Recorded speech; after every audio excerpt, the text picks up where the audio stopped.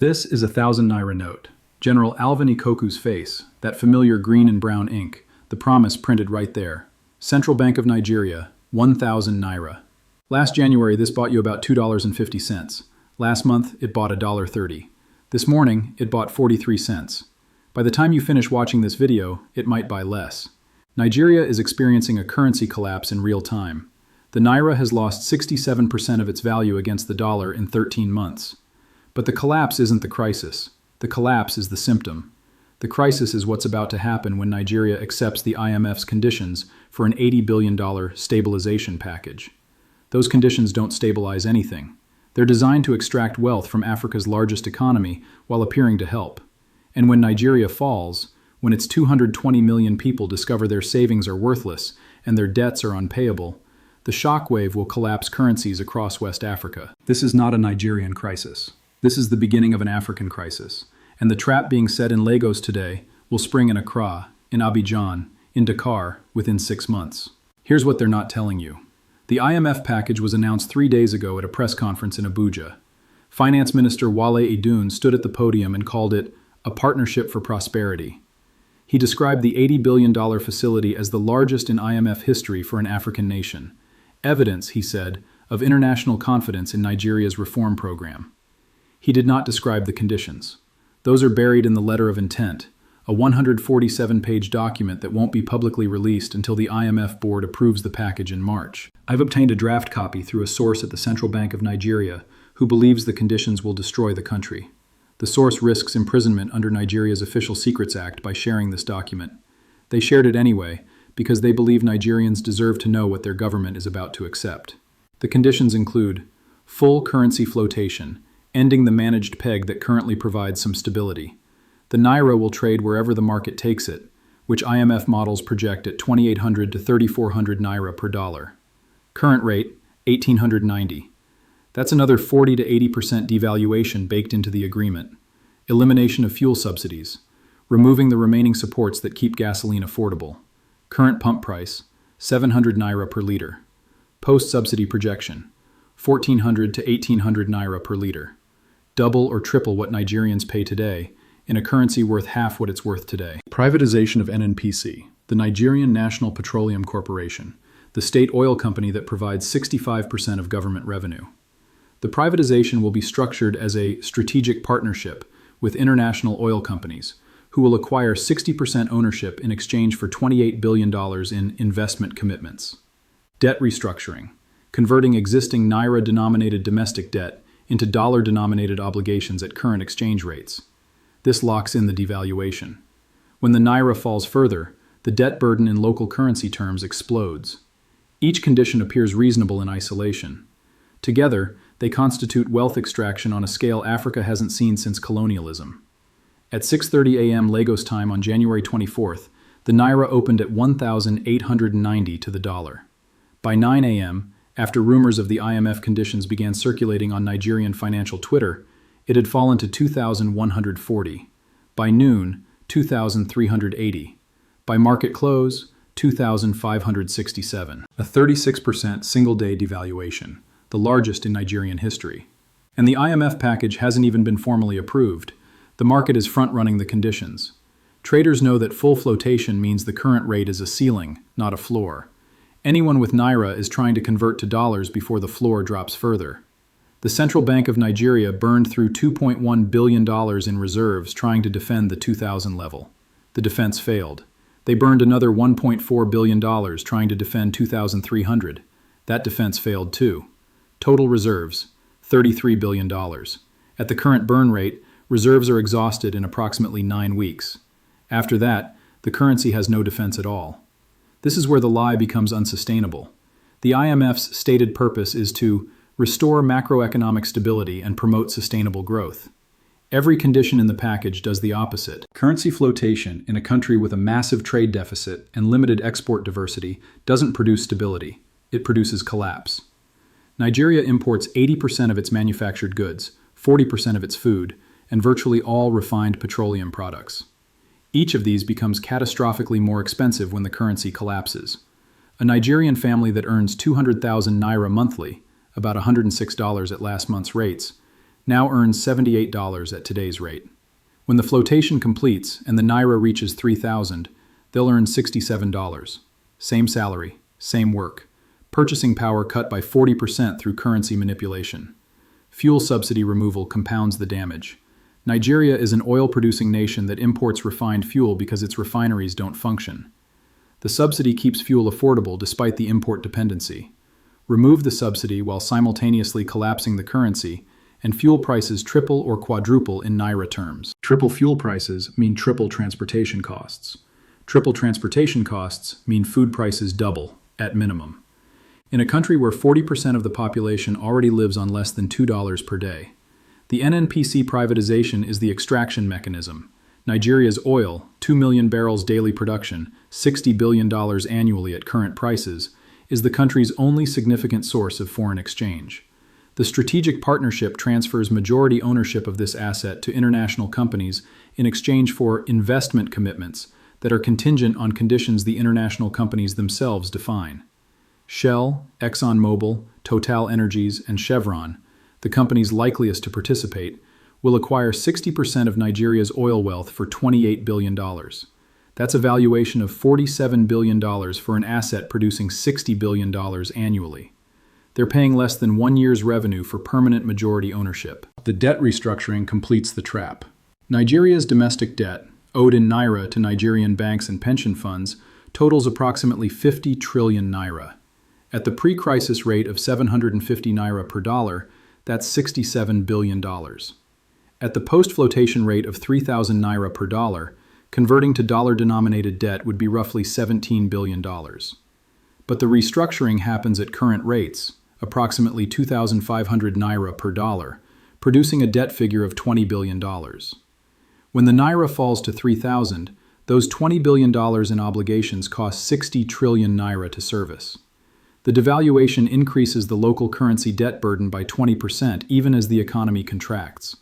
The mathematics are designed to fail. No country has ever achieved stability through simultaneous currency collapse, subsidy removal, asset privatization, and debt restructuring. The IMF knows this. Their own research papers document the failures in Argentina, Greece, Sri Lanka, and Pakistan. But failure for Nigeria isn't failure for the IMF. The IMF gets repaid. Their loans carry preferred creditor status that puts them ahead of everyone else. The international oil companies get assets worth $60 billion for $28 billion. The Western financial institutions holding Nigerian dollar bonds get full repayment, while Naira holders absorb the losses. The people who fail are Nigerians. And after Nigeria fails, the contagion spreads. Less than 90 days separate today from the West African currency crisis. Nigeria is the anchor economy for the region. Its GDP of $450 billion represents 70% of West African economic output. Its currency, while not formally shared, serves as the reference point for regional trade. When the Naira collapses, several transmission mechanisms activate simultaneously. Trade disruption. Nigeria is the primary trading partner for Ghana, Benin, Togo, Niger, and Cameroon. Transactions denominated in Naira become unstable when the Naira's value changes 5 to 10% daily. Traders stop accepting Naira. Cross-border commerce freezes. Remittance collapse. Nigerians working abroad send approximately $20 billion annually to family members in Nigeria. That money flows through formal and informal channels to the broader West African economy. When the Naira collapses, the purchasing power of those remittances collapses too, even if the dollar amounts stay constant. Competitive devaluation. Ghana's cedi, already under pressure, cannot remain stable while Nigeria's Naira falls. Ghanaian exports become uncompetitive if their currency doesn't fall proportionally. Ghana's central bank faces a choice: defend the cedi and lose export competitiveness, or let it fall and import Nigerian inflation. Neither choice is good. Banking contagion. Nigerian banks have subsidiaries across West Africa. Those subsidiaries hold Naira-denominated assets. As the Naira collapses, those assets become liabilities. Banks in Ghana, Côte d'Ivoire, and Senegal with Nigerian exposure face solvency questions. At 11 a.m. Eastern on January 24th, Ghana's central bank announced enhanced monitoring of foreign exchange markets. The announcement was preemptive, an attempt to signal stability before instability arrives. The signal failed. The cedi fell 8% against the dollar in the 6 hours following the announcement. Traders read enhanced monitoring as impending crisis and positioned accordingly. When central banks announce they're watching closely, it means there's something to watch. At 4:30 p.m. Lagos time on January 25th, I spoke with a senior economist at the African Development Bank who has studied IMF programs in Africa for 23 years. She agreed to speak anonymously. The Nigeria package is structural adjustment rebranded. Same conditions, same outcomes, same beneficiaries. The difference is scale. $80 billion is large enough to destabilize the entire region, not just the target country. I asked why the IMF would destabilize a region. They wouldn't characterize it as destabilization. They'd call it market correction or price discovery. The language obscures the impact. A currency that loses 80% of its value isn't correcting, it's collapsing. But correction sounds technical. Collapse sounds like failure. The IMF doesn't admit failure. I asked what happens to ordinary Nigerians. What always happens? Savings wiped out, purchasing power destroyed, poverty rates spike, mortality increases. Not dramatically, not enough to generate headlines, but measurably. The World Bank will publish papers in 3 years documenting disappointing outcomes. By then, the extraction is complete. The wealth extraction is quantifiable. Let me walk through the numbers that the press conference in Abuja didn't mention. Oil assets. NNPC produces 2 million barrels daily at approximately $80 per barrel. Nigerian crude trades below Brent due to quality and logistics. Annual revenue, $58 billion. 60% ownership for $28 billion in investment commitments values the asset at $47 billion, less than 1 year's revenue. The international oil companies acquire this for commitments that vest over 15 years and can be reduced if market conditions change. Fair value, using standard energy industry multiples of 5 to 7x annual revenue, $290 to $400 billion. The discount to fair value, $240 to $350 billion. Extracted from Nigeria, transferred to international oil companies, in exchange for stability. Currency losses. Nigerians hold approximately 80 trillion naira in bank deposits, pension assets, and cash savings. At the January 2025 rate of 750 naira per dollar, those savings were worth $107 billion. At the projected post-flotation rate of 3,000 naira per dollar, they're worth $27 billion. Wealth destruction, $80 billion. Evaporated, transferred to anyone who converted to dollars before the collapse. Debt burden. The $20 billion in restructured dollar debt, when naira falls to 3,000, costs 60 trillion naira to service. Interest alone, at 8% IMF rates, consumes 4.8 trillion naira annually. Nigeria's total federal budget is 28 trillion naira. Debt service consumes 17% of the entire budget before any principal repayment. The budget was already in deficit. The deficit expands. The currency falls further. The debt burden grows. The spiral is mathematically designed. It cannot stabilize. It can only extract until there's nothing left to extract. What the informed understand is that IMF programs in resource-rich developing nations follow a consistent pattern, a pattern that benefits creditors and international capital while devastating local populations. The pattern was documented in 1999 by Joseph Stiglitz, former World Bank chief economist, who described it as the 4-step strategy for wealth extraction. Step 1. Privatization. Selling state assets to international buyers at distressed prices, with corruption ensuring local officials cooperate. Step 2. Capital market liberalization. Allowing hot money to flow freely, which flows in during good times and flees during crises, amplifying instability. Step 3. Market-based pricing. Removing subsidies and controls, which raises prices for essentials while wages remain stagnant. Step 4. Free trade. Opening markets to international competition before domestic industry can develop, ensuring permanent dependency. The Nigeria package implements all 4 steps simultaneously. The speed is the innovation. Previous programs spread the extraction over years. Nigeria's will be completed in months. The speed creates urgency, and urgency prevents resistance. By the time Nigerians understand what's happening, it will have happened. At 8 p.m. Lagos time on January 25th, protests erupted in Lagos, Kano, and Port Harcourt. Initial estimates suggest 50,000 participants in Lagos alone. The protests are peaceful so far, but the police response is escalating. Nigeria has a history of fuel subsidy protests turning violent.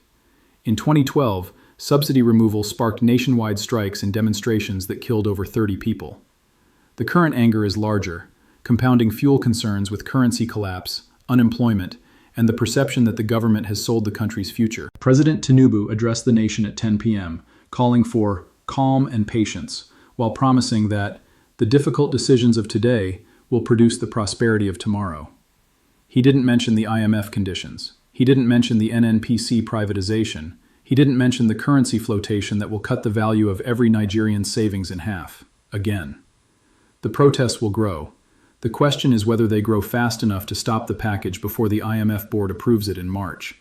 The 1,000 naira note weighs about 1 gram. The paper and ink cost perhaps 2 naira to produce. The value it represents, the claim on goods and services, the stored labor, the accumulated savings, depends entirely on trust. Trust that the central bank will maintain purchasing power. Trust that the government will protect the currency. Trust that tomorrow's naira will buy approximately what today's naira buys. That trust is breaking. You can see it in the exchange rate. 2,567 this morning versus 1,890 yesterday versus 750 a year ago. Each number represents trust departing. Each depreciation represents Nigerians deciding that naira are less desirable than dollars. When trust breaks completely, when even Nigerians stop trusting naira, the currency doesn't devalue gradually. It collapses instantaneously. Zimbabwe, 2008. Venezuela, 2018. Turkey, 2021. The pattern is identical. Gradual erosion, then sudden collapse, then wheelbarrows of cash for a loaf of bread. Nigeria isn't there yet, but the IMF conditions are designed to push them there. Full flotation removes the guardrails. Subsidy removal accelerates inflation. Privatization drains dollar inflows. Debt restructuring locks in the damage. The 1,000 naira note in your hand might be worth 43 cents this morning. By March, when the IMF package is approved, it might be worth 20 cents. By June, when implementation completes, it might be worth 5 cents. The people holding naira, Nigeria's 220 million citizens, will absorb that loss. The people holding dollars, international creditors, oil companies, IMF shareholders, will be made whole. That's not a bug in the system, it's the feature. $80 billion in stabilization, 43 cents and falling.